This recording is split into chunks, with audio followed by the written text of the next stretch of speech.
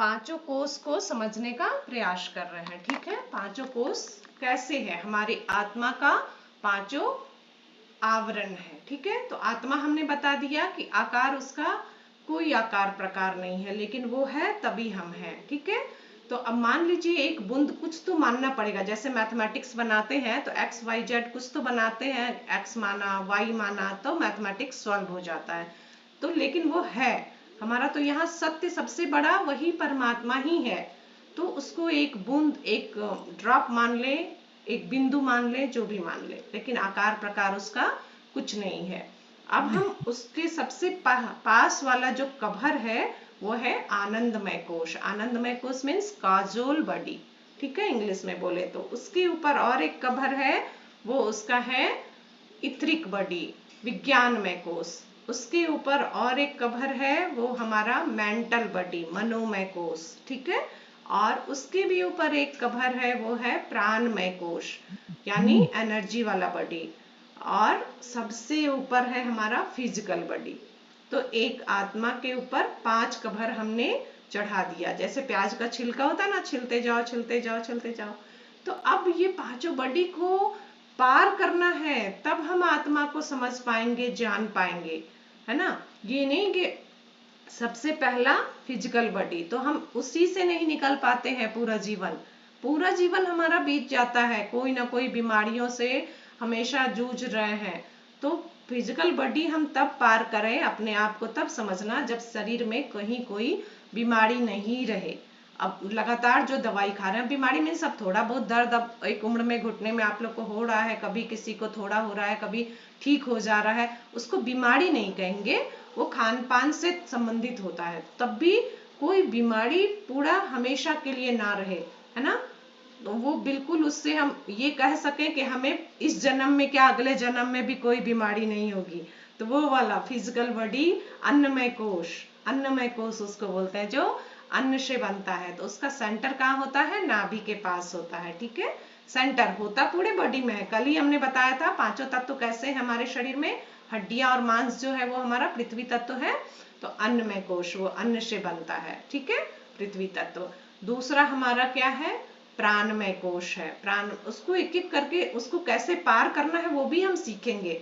जो इच्छुक होंगे वो जरूर जुड़ेंगे, और एक एक कोष को हम कैसे पार करें। तो अन्नमय कोष को पार करने के लिए सबसे पहला हमारा आसन, फिर उसमें तत्व शुद्धि, तपस्या, ये सभी चीज आता है। तो तप भी थोड़ा थोड़ा, ये तप ही तो है। ठंडी में सब बैठे हुए हैं गूगल मीट पे, है ना, ये तप ही तो है। सुबह सब उठे हैं, आप लोग टाइम से नियमित उठते हैं, वो भी तप है। ठीक है, तो उस सबको आसन हम कर ही रहे हैं। आसन, तत्व शुद्धि, तपस्या, ये सारी चीजें हम उसमें करेंगे। उसके बाद दूसरा आता है जो लास्ट से हम ले जा रहे हैं। ठीक है, सबसे बाहर है फिजिकल बॉडी, उसके बाद हमारा प्राणमय कोश। प्राणमय कोश का सेंटर है सबसे नीचे मूलाधार चक्र में। ठीक है, उसका सेंटर है, वहीं से वो पूरे शक्ति ऊर्जा को, जो विल पावर कहते हैं ना, हमारे अंदर जो हड्डियों में मांस में यदि ताकत ही नहीं रहेगा, एनर्जी ही नहीं रहेगी, तो वो एनर्जी है प्राणमय कोश। ठीक है, और उसको हम मूल बंद और शक्ति चालनी मुद्रा, महाबंद, प्राणायाम, ये सबसे उसको हम ठीक कर सकते हैं। कभी किसी काम में एनर्जी लॉस नहीं लगेगा, हमेशा तरोताजा, चाहे कितनी भी उम्र हो जाए इस शरीर की, वो शरीर का उम्र है, आत्मा की उम्र नहीं होती है ना।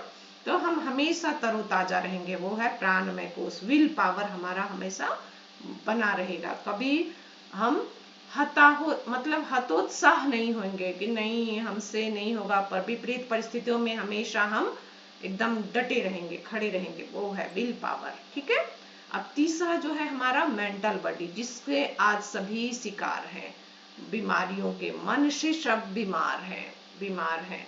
कैसे, दिन भर मन दुखी है, परेशान है, सोचते रहते हैं, अचिंत चिंतन करते रहते हैं, वो हमारा मनोमय कोश है। तो मनोमय कोश के लिए जब उसको कैसे साफ करेंगे, तो जब तन्मात्रा, जब पहले, फिर ध्यान, जप के साथ ध्यान, और ध्यान के साथ त्राटक। त्राटक मतलब एक बिंदु पर, मैंने शुरू ही में ही बताया, ध्यान का पहला दिन ही पहली सीढ़ी क्या है, त्राटक, मतलब एक चीज को लगातार आप देखिए, भगवान सूर्य के उगते हुए सूर्य की लालिमा को देखिए, पूर्णिमा के चांद को देखिए, भगवान की मूर्ति को देखिए, दीपक जला के उसकी लौ को देखिए, तो वो त्राटक मतलब एक पॉइंट पे लगातार हम स्थिर रहने का प्रयास त्राटक कहलाता है। जब तो सबको मालूम है, जब हम लोग सभी करते हैं, चलते फिरते भी करिए, काम करते हुए करिए, भगवान के पास बैठ के कीजिए, आपको जो भी मंत्र आता है करिए, वो जप हो जाता है। और जप के साथ उसके अर्थ का चिंतन, उसके अर्थ का चिंतन करना है, ठीक है, कि मीनिंग क्या है उसका। सिर्फ जिह्वा से हम बोले जा रहे हैं मंत्र, तो वो फायदा नहीं करता है। इसलिए मैं हर दिन सुबह में गायत्री मंत्र के मीनिंग को भी दोहराती हूँ। और हमको कुछ नहीं समझ में आता तो आप एक शब्द रखो गायत्री मंत्र का अर्थ, कीप स्माइल, हमेशा मुस्कुराते रहो। तो ये भी गायत्री मंत्र का एक आनंदमय कोश का मंत्र बाबूजी ने बताया था, ठीक है। तो इतना भी याद रखो कि हमेशा एनी सिचुएशन प्रसन्न रहना, वो भी कहलाता है हमें गायत्री मंत्र का एक छोटा अर्थ, ठीक है।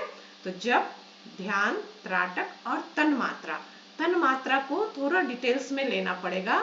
कि जब भी कहीं भी कुछ भी हमारे साथ लग रहा है मुझे कि नकारात्मक हो रहा है, अच्छा नहीं हो रहा है, तो उसको पॉजिटिव में अपने थॉट को चेंज कर देना तुरंत। जैसे एक गिलास पानी में हमें कोई आधा ग्लास पानी दिया, तो हम दोनों बात कहते हैं, ये आधा ग्लास खाली है और आधा ग्लास भरा हुआ है, दोनों ही है। तो उसको हम कैसे लेते हैं और कैसे उसको पॉजिटिव करते हैं कि चलो आधा ग्लास तो है ना प्यास बुझाने के लिए, तो उतना भी फायदा हो जाता है, ठीक है। तो वो हो गया हमारा तन्मात्रा को, मतलब विचारों को चेंज कर देना। और विचार जहां हमारे सकारात्मक हुए नकारात्मकता से, तो सब कुछ अच्छा हो जाता है, ठीक है। तो वो मन को ठीक करने के लिए ये 4 हथियार हैं, ठीक है। और उसके ऊपर जाते हैं विज्ञानमय कोश, भगवान के पास पहुंचने के लिए ये चौथा द्वार है विज्ञानमय कोश। तो वो क्या है विज्ञानमय कोश? अब हम जब मेंटल बॉडी से ऊपर चले जाते हैं ना, तो हमें सबके अंदर ईश्वर का आभास होने लगता है।